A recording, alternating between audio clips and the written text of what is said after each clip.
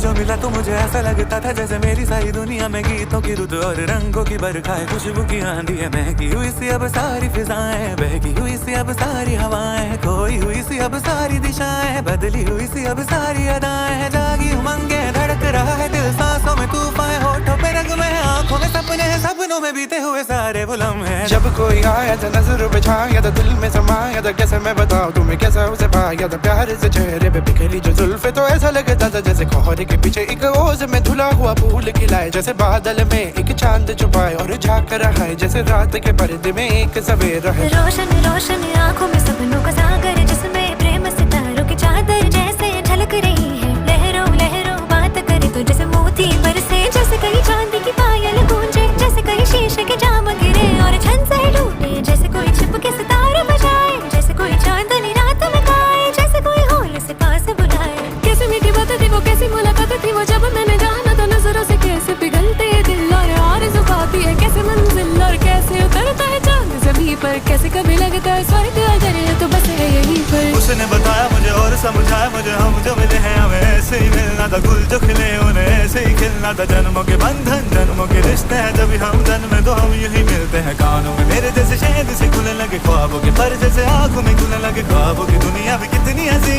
और कैसी रंगी थी, ख्वाबों की दुनिया जो कहने की थी पर कहीं भी नहीं थी। ख्वाब जो टूटे मेरे, आँख जो खुली मेरी, होश जो आया मुझे, मैंने देखा मैंने जाना वो जो कभी आया था